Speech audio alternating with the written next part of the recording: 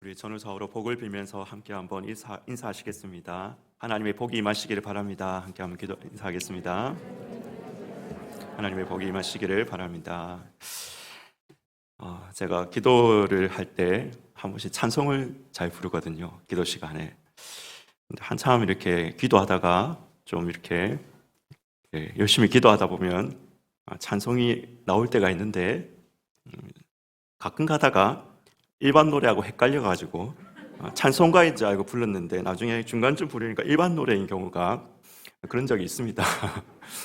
대표적으로 제가 옛날에 이 몸이 죽고 200번 고쳐주고 주 향한 일편단심이야 가실 줄이 있어 이렇게 노래를 불렀거든요. 은혜가 되잖아요. 그죠? 죽고도 예수를 향한 일편단심 가실 줄가 있으랴 이 노래가 은혜가 되는데 중간에 딱 보니까 백골이 진토되어 넋이라도 읽고 없고 이게 들어가니까 이게 성경적으로 맞나? 백골이 진토돼서 넋이 나가면은 그래가지고 뭔가 좀 안 맞는 거예요. 그래서 제가 하여튼 좀 그렇게 부른 적이 있었는데요. 이거는 이 정도는 괜찮죠. 어떤 여집사님은 열심히 기도하다가 예수님에 대한 그 사랑을 노래를 하고 싶어가지고 그 노래가 나왔는데 부르는 노래가 사랑해 주님을 정말로 사랑해 이 노래가 나온 거예요. 근데 한참 이거 가사 은혜가 되잖아요. 예수님 사랑을 노래하는 건데 사랑해 주님을 정말로 사랑해 그 다음에 뭐죠? 예예예예예예예 이 나오잖아요. 그 다음에 이게 수습이 안 되는 거예요. 그러니까 이거 예예예 하다가 예수 이렇게 수습해도 좀 이상하고 하여튼 이렇게 수습이 안 됐던 그런 분도 있다고 합니다. 근데 이것도 약갑니다. 어떤 여집사님은 새벽 기도 시간에 제가 목사님한테 들은 이야기인데 한참 기도를 하는데 여집사님이 살려주세요 이렇게 기도를 하더라는 겁니다. 살려주세요. 담임 목사님이 듣기에 저분은 저런 기도를 하실 분이 아닌데 저분의 좀 가정적인 상황이나 이런 걸 보면은 저런 기도를 하실 분이 아닌데 왜 갑자기 오늘 새벽에 살려달라고 기도를 할까? 그래서 여전도 자녀를 시켜가지고 알아봤다고 합니다. 왜 그렇게 기도를 했느냐 이렇게 물어보니까 이 여집사님 하시는 말이 이제 배시시 웃으면서 전사님 제가 지난밤에 드라마를 봤는데 여주인공이 병으로 죽을 처지가 돼서 너무 불쌍해가지고 그만 나도 모르게 살려주세요. 그 지난밤에 봤던 드라마에 이제 감동을 받아가지고 오늘 새벽에 나도 모르게 그만 살려주세요가 나왔다라고 그렇게 이야기를 하는 것입니다. 이 집사님은 드라마의 여주인공 때문에 울었는데 제가 오늘 이제 이 본문하고 이제 연관을 좀 시키려고 이야기를 했습니다. 오늘 본문에는 큰 소리로 통곡하면서 우는 한 사람이 등장하고 있습니다. 바로 책의 저자 요한이죠. 왜 요한은 큰 소리로 지금 통곡을 하고 있을까요? 통곡하면서 울고 있을까요? 그러니까 본문의 전후사정을 계시록 4장 5장의 전후사정을 함께 한번 좀 살펴보아야겠습니다. 5장 지난주는 아니고 우리 몇 주 전에 4장에 대해서 이야기를 했죠. 그래서 하늘의 보좌, 그 하나님의 영광의 광채를 본 요한, 하나님 보좌에서 세상을 다스리고 통치하시는 그 하나님을 본 요한의 하나님의 보좌에 앉으신 이를 본 그 요한의 그 광경, 그것이 4장에 기록되어 있습니다. 이제 5장에서는 어린 양 예수 그리스도에 초점을 맞추고 있습니다.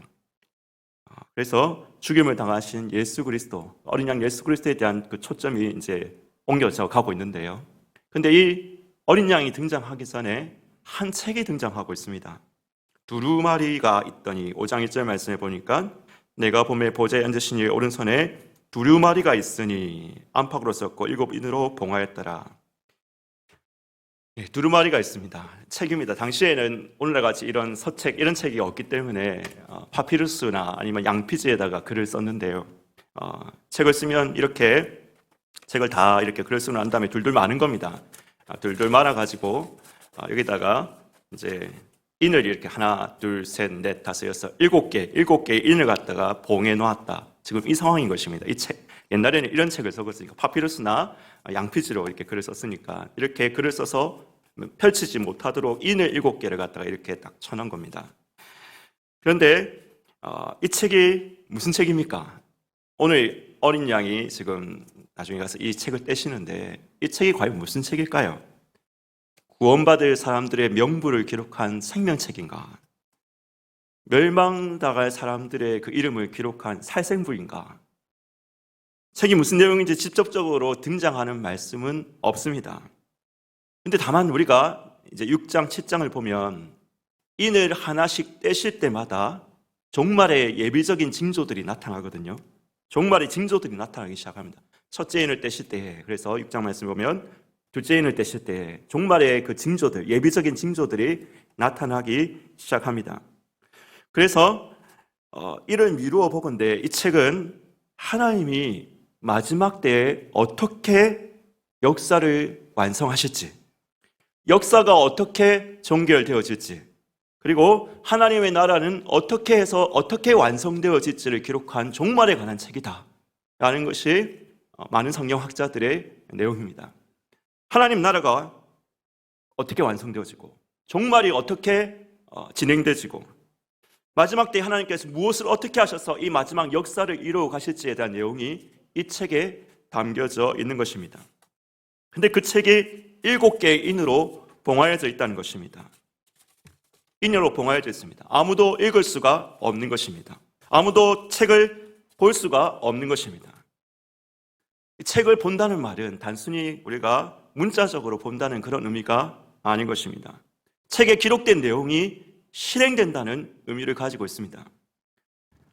그래서 이 책을 본다는 말은 하나님의 그 역사의 종말을, 하나님 나라의 역사, 그 종말의 역사를 누가 성취하시고 완성하실 것인가? 누가 성취하시고 완성하실 것인가? 라고 그렇게 묻고 있는 것입니다. 1절에 힘 있는 천사가 외치죠. 누가 그 두루마리를 펴며 그 인을 떼시기에 합당하냐? 이 인을 뗀다는 것은 하나님의 종말의 역사를 성취하시고 완성하실 그이가 누구이시냐라고 이렇게 묻고 있는 것입니다. 그런데 요한은 4절의 말씀을 보니까 크게 울었다라고 그렇게 합니다. 크게 울었다라고 기록하고 있습니다. 왜 울고 있습니까? 하늘 위에나 땅이나 땅 아래에 능히 그 두루마기를 펴거나 볼 사람이 없어서 울었다라고 그렇게 기록하고 있습니다. 여러분, 이 말은 그러니까 무슨 말입니까? 하나님의 역사를 완성시킬 사람이 없어서, 이 시대의 역사가 종결시킬 만한 사람이 없어서 요한이 크게 울었다는 것입니다. 여러분, 이 말은 다시 한번 말하면 무슨 말입니까? 성도들의 그 고통과 눈물, 응답되지 않는 기도 그대로 있다는 것이죠. 오늘 이 요한계시록의 상황은 계속 말씀드렸지만 처절한 핍박의 상황이었습니다. 성도들이 사자한테 잡혀먹고, 콜로세움에 끌려가서 사자한테 잡혀먹고, 십자가에 매달리고, 무덤 가운데서 그 로마의 화려한 집들을 버리고 카타콤의 무덤에 가서 생활해야 했던 처절한 핍박의 상황이었습니다. 그런데 이 책을 펼쳐볼 사람이 없다는 것은 그들의 그 고통이 그대로 있다는 것이죠. 그들의 그 눈물이, 그 탄식이, 그 아픔이 완성되지 못하고 완료되지 못하고 그대로 있게 된다는 것입니다.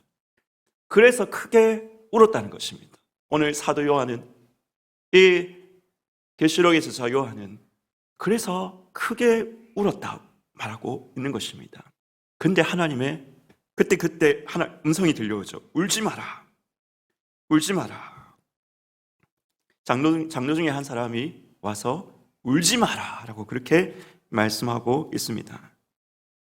여러분, 울지 않는 자에게는 울지 마라라는 말씀이 위로가 안 됩니다.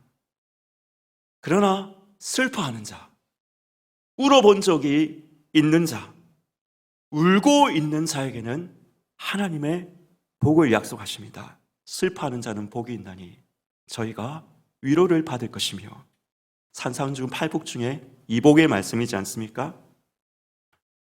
사랑하는 여러분, 하나님의 나라가 전진되지 않는 것에 대해서, 전진되지 않아 보이는 것 때문에 여러분 울어보신 적이 있으십니까? 다시 한번 여러분에게 도전합니다. 하나님 나라가 전진되어 보이지 않아 보이는 것 때문에 울어보신 적이 있으십니까? 제가 지금 중고등부를 맡고 있는데요. 설교를 좀 길게 한다는 이야기가 있더라고요. 제가 11시 우리가 11시 예배를 드리는데 설교 마치니까 항상 45분 아니면 11시 50분이 되더라고요. 이전에는 11시 반에도 마치고 그랬는데 11시 50분까지 설교를 해서 좀 길게 한다라는 이야기가 불만은 아니고 그렇게 이야기하시는 분이 있었습니다. 근데 저는 좀 안타까움이 있거든요, 진짜. 여러분들은 오늘 이 오후 예배 시간 때 은혜를 받으면 정말 좋은데 은혜를 못 받아도 10년 후에 여기 계신 분들은 계속해서 아마 교회를 다니고 계실 겁니다. 그렇죠? 여기서 은혜를 못 받아도 다음 주에 아마 은혜를 못 받으셔도 10년 후에 교회를 계속 다니고 계실 것입니다. 그런데 이 아이들은 이 예배에서 은혜 못 받고 다음 주에도 은혜 못 받고 그게 계속되면 10년 후에 계속 교회를 다니고 있을 거라는 보장이 없습니다. 요즘 시대가 그렇게 만만치가 않습니다. 그래서 여러분 모든 예배를 마치고 집에 돌아가면 제가 진짜 안타까우면서 감사하면서도 안타깝습니다. 그때 그 설교를 내가 아까 했던 그 설교를 조금만 이렇게 또 보충했으면은 더 조금 아이들한테 은혜가 될 수도 있었을 건데 안타까운 겁니다. 너무 안타깝고 제가 참 후회되기도 하고 몇 번을 글을 보면서 이걸 이렇게 바꿨어야 되는데 이런 마음도 들고 그러면서 그래도 또 다음 주가 있잖아. 다음 주에는 좀 더 은혜의 빛이 비추어서 하나님을 경험하는 아이들이 늘어가게 하여 주시옵소서. 제가 이 마음으로 또 가는 겁니다. 여러분, 저는 중고등부 예를 들었지만은 어떤 분들은 자기 가정에 하나님의 나라가 전진하고 임하시기 위해서 우려할 분들도 있을 것입니다. 제가 어떤 여집사님을 신방했는데요. 우리 교회 아니고 이전에 했던 교회에서 여집사님 신방했는데요. 남편은 바람이 나서 집에 돌아오지 않습니다. 아들은 고등학생 아들이 하나 있는데 집에 자기 방에 박혀가지고 문을 열고 안 나오고 항상 게임만 하고 은둔 외톨이라고 하죠. 집 밖을 안 나오는 게 아니라 방 밖을 안 나오고 있습니다. 딸은 일진 그룹에 들어가서 담배 피고 무슨 짓을 하고 돌아다니는지 말도 안 하고 돌아다니고 있습니다. 집사님 혼자 일해서 간신히 입에 풀칠하고 있는데 너무 육체적으로 힘들고 영적으로 힘들어서 교회를 못 나오고 있는 집사님이었습니다. 제가 가서 교전사님하고 같이 가서 예배 드리면서 신방 드리고 말씀 전하면서 그렇게 이야기했습니다. 집사님 나오셔야 됩니다. 교회 나오셔야 됩니다. 근데 교회만 나오지 마시고 가정을 살려달라고 우셔야 됩니다. 지금 울어야 할 때입니다. 집사님 가정 살리는 것이 그냥 교회 하나 하는 것보다 더 큰 일 하시는 것일 수도 있습니다. 집사님 가정을 살리는 것이 그냥 평범한 교회 하나 살리는 것보다 교회 하나 담임하는 것보다 더 큰 일 하시는 것일 수도 있습니다. 집사님이 이 상황 가운데서 영적 중심을 잡고 집사님의 일생을 두고 기도하고 집사님이 살아 계시면은 그러면 쉽게 안 될지 몰라도 결국에는 아이들 돌아옵니다.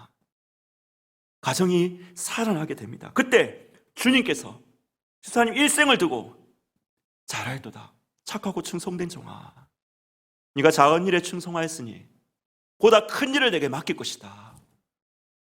우리 주님께서 말씀하시지 않으시겠습니까? 그 다음 주에 교회에 나오셨더라고요. 사랑하는 여러분, 울어야 될 대상이 없으십니까? 삶이 너무 평탄하고 순조로워서 도대체 울음이 나지 않으십니까?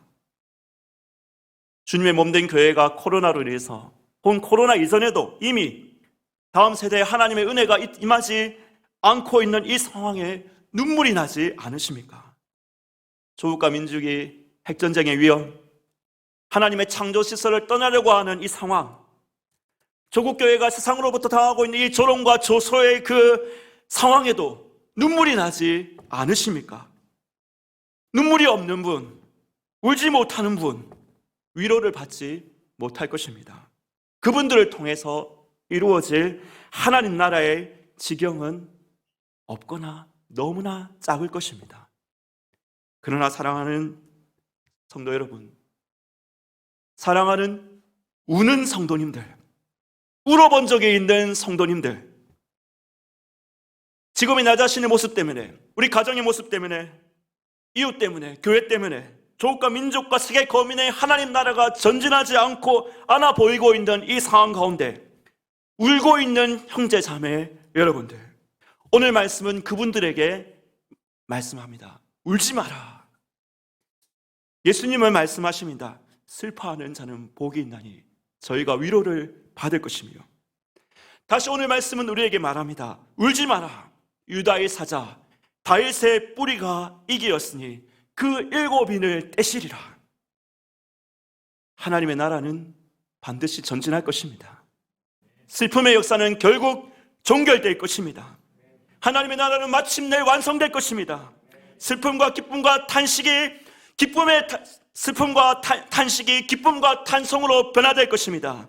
유다의 사자 다윗의 뿌리, 우리 주 예수 그리스도께서 승리하셨기 때문인 것입니다. 할렐루야. 죽임 당하신 어린 양, 우리 주 예수 그리스도께서 승리하셨습니다. 할렐루야. 이건 저는 진짜 다시 한 번 더 선포해야 됩니다. 우리 주 예수 그리스도께서 승리하셨습니다. 할렐루야. 여러분, 그리스도께서 승리하셨는데 어떻게 그 승리를 이루셨습니까?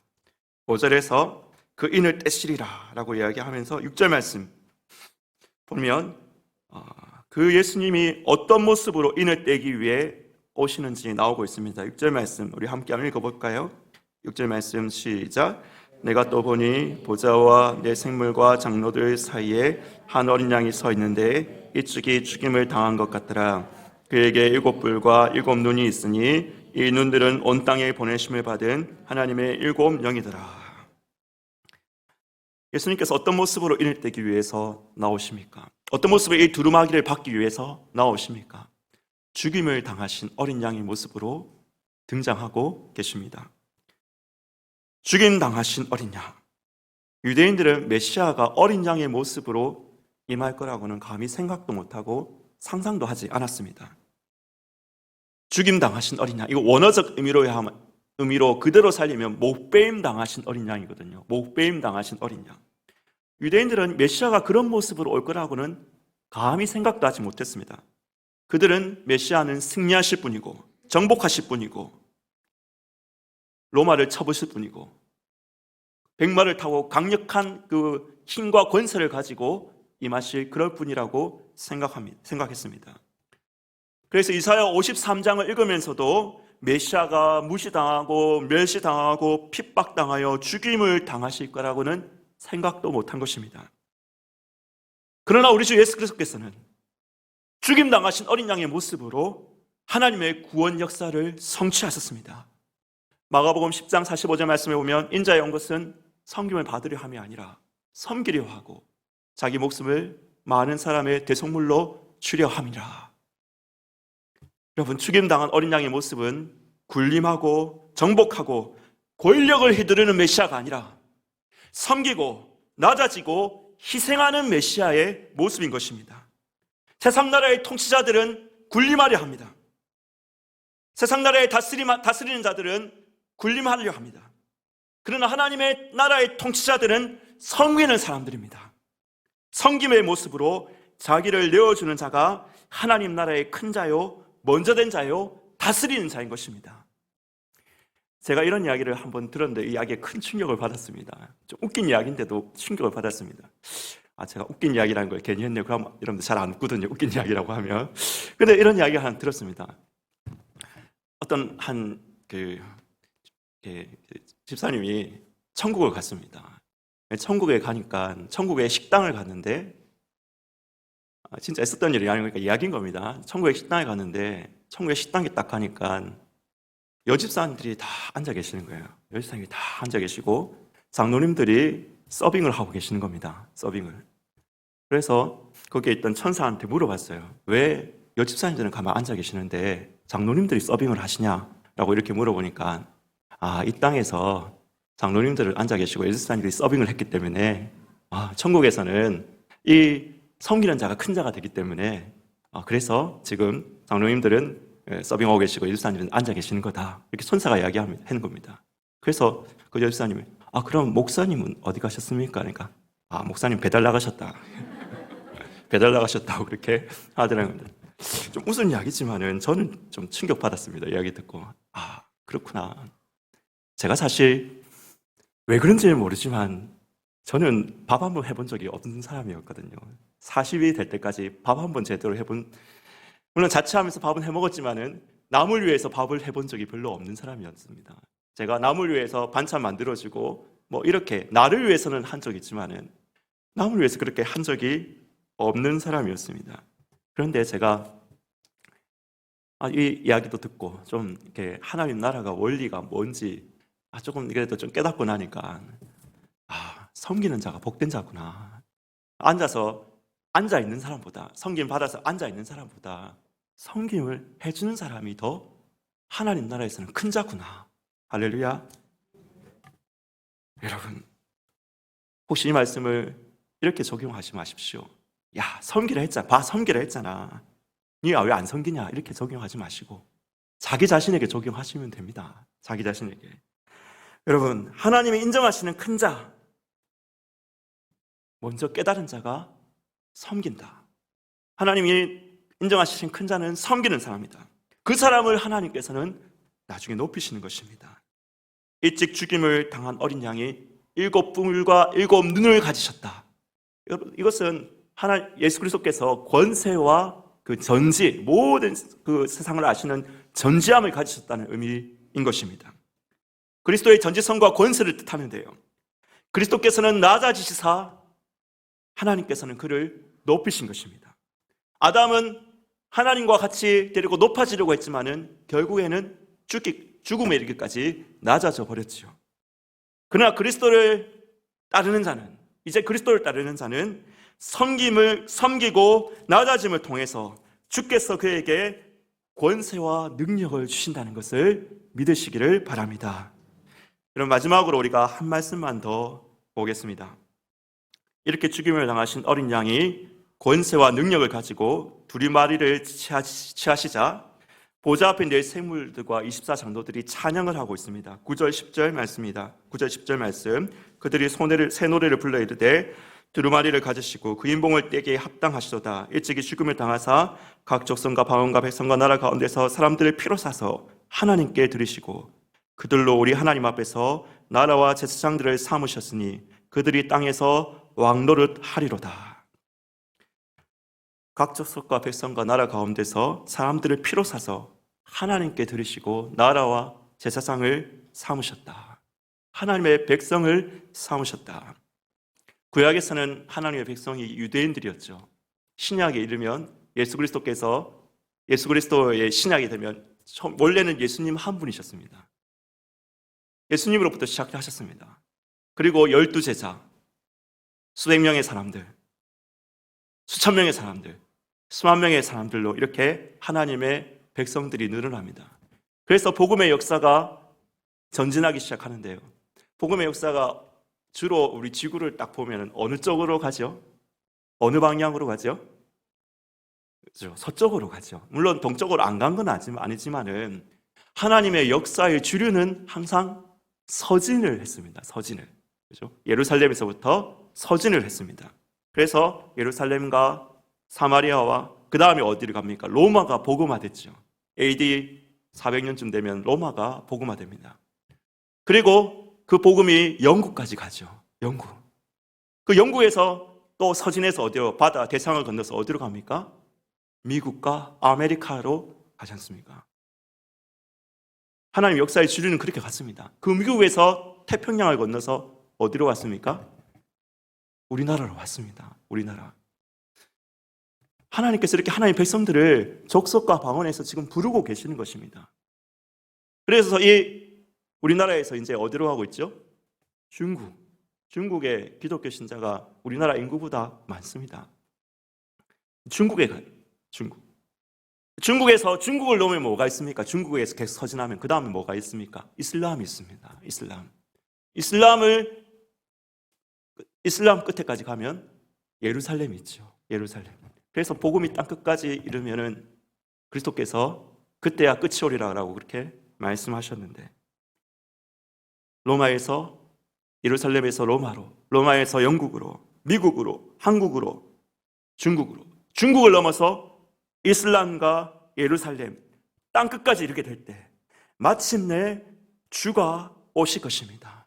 하나님 지금도 그래서 각 나라와 족속에서 하나님의 백성들을 부르고 계십니다.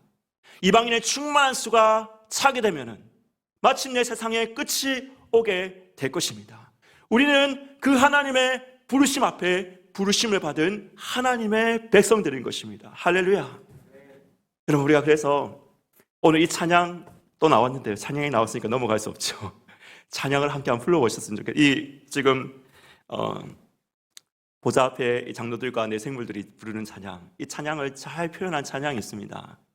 혹시 들어보셨는지 모르겠는데요. 죽인 당하신 어린 양, 모든 족속과 방언, 백성과 나라 가운데서 우리를 피로 사서 하나님께 올리셨네.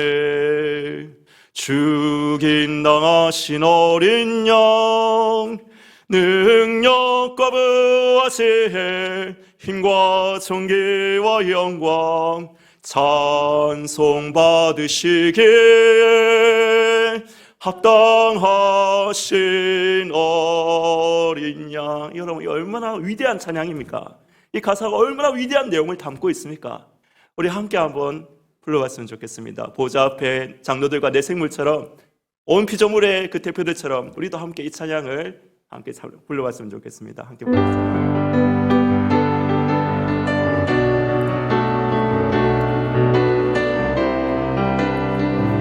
죽인 당하신 어린 양, 죽인 당하신 어린 양, 모든 족속과 방언, 백성과 나라 가운데서 우리를 피로 사서 하나님께 들으셨네. 죽임당하신 어린 양, 죽임당하신 어린 양, 우리들을 나라와 제사장 삼아 주셨으니 우리는 주와 함께 이 땅에서 다스리리.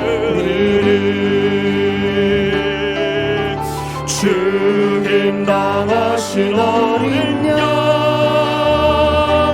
능력과 부하시에 힘과 존귀와 영광 찬송 받으시기에 합당하신 어린 양.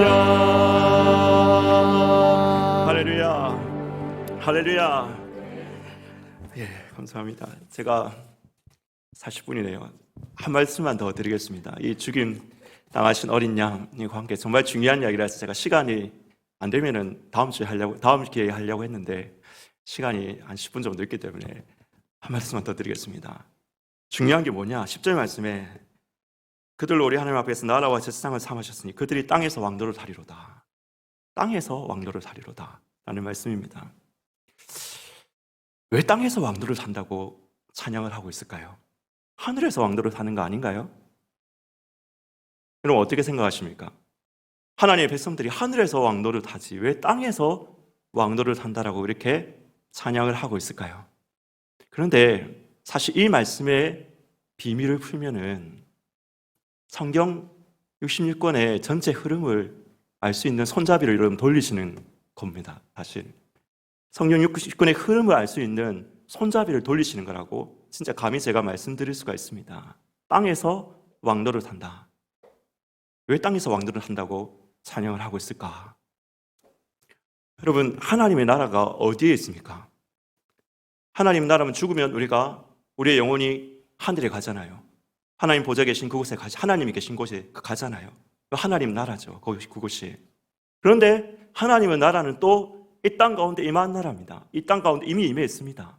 이미 임하여 있고, 그래서 겨자씨 하나처럼 작은 것이지만은 그것이 이제 자라나서 공중의 새가 깃들 만큼 그렇게 크게 자라나는 나라다. 하나님의 나라는 지금도 이 세계 가운데 임하여 있는 겁니다. 임하여서 자라고 지금 커지고 있는 것입니다. 그러면 이거 상관이 어떻게 되는 거예요? 지금 땅에서 임해서 자라고 있는 하나님 나라하고 죽어서 우리가 가는 하나님 나라하고 뭐가 어떻게 되는 거예요?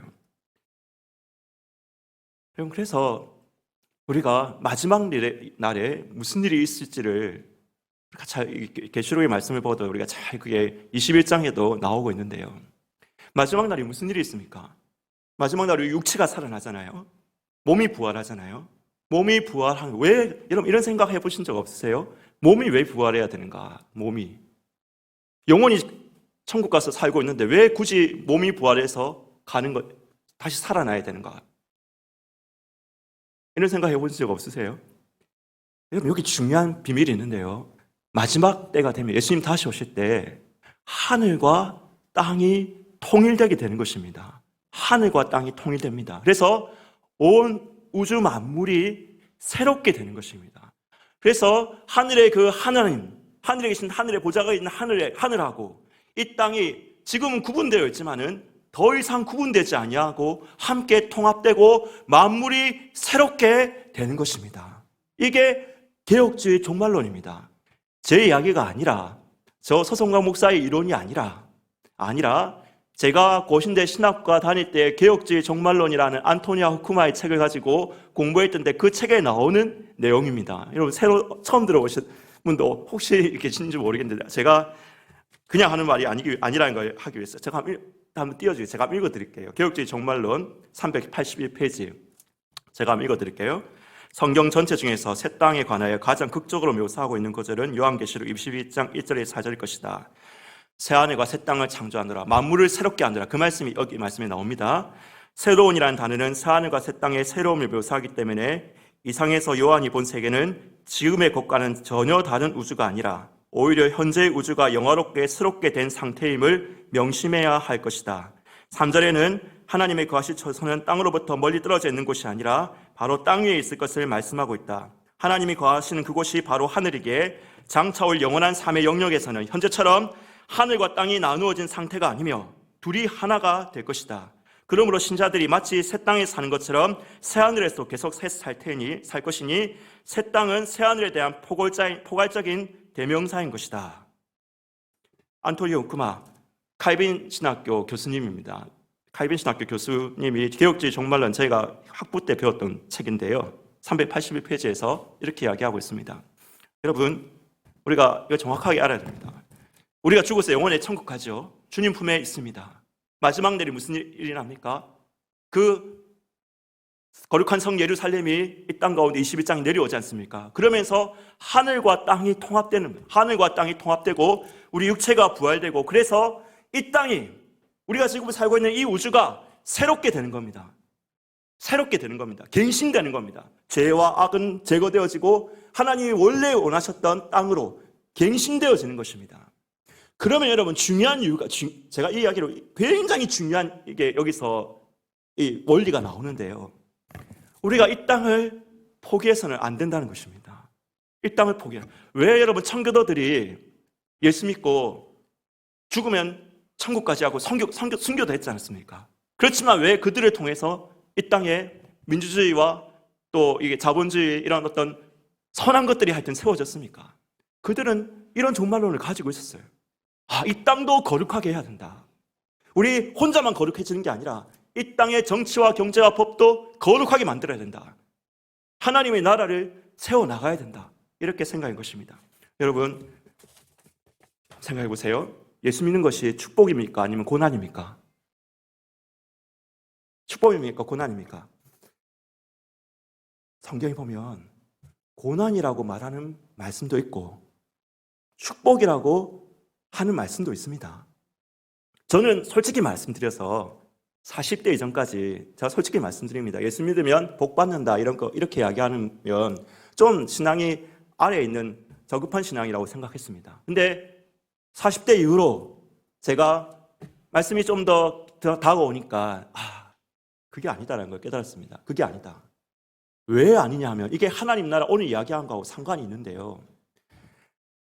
하나님의 나라에서의 원리는 우리가 예수 잘 믿으면 이 복이라는 것은 결코 하나님의 임재는 놔두고 물질적으로만 잘 되고 이런 이야기를 하는 건 아닙니다.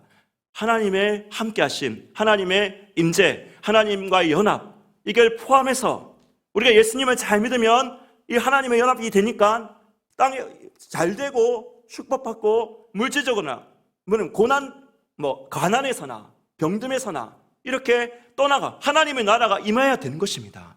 하나님 나라가 임하는 것입니다. 그게 하나님 나라의 원리입니다. 근데 왜 예수 믿고 그럼 고난을 받으라 했을까요? 북한을 한번 생각해 보세요. 여러분, 북한은 얼마나 하나님 나라에서 멀어져 있습니까? 하나님 나라에서 멀어져 있잖아요. 그 땅의 정치와 경제와 법과 이 모든 것들이 하나님 나라에서 떠나 있잖아요. 그러면 그런 나라들에서 우리가 예수 믿고 복 받으라 이렇게 하면 그 나라 그리스도인들은 뭐라고 생각할까요? 그런 소리가 다 있냐 이렇게 하겠죠. 예수 믿으면 그 사람들은 핍박을 받습니다. 고난을 받습니다. 그렇죠? 예수 믿으면 고난을 받습니다. 그 사람들이 예수 믿는 게 왜? 하나님 나라가 임했지만은 그 땅을 장악하고 있는 악의 권세들이 너무나 심한 겁니다. 그래서 예수 그리스도를 잘 믿으면 그 악의 권세와 투쟁해야 되는 거거든요. 그러니까 고난이 당연히 따라오죠. 초대교회에 왜 고난이 있었습니까? 복음이 이제 시작됐는데 무슨 축복을 받겠습니까? 그 사람들이. 그러니까 여기 축복이라는 것은 땅에서 부자가 되고 잘 되고 성공하고 이런 복을 받겠습니까? 그 사람 처절하게 싸워야 돼요. 실제로 초대교인들은 싸웠잖아요. 죽었잖아요. 순교했잖아요. 청교도들을 한번 생각해 보십시오. 청교도들, 이분들은 예수 믿고 죽을 각오가 돼 있는 분들이었습니다.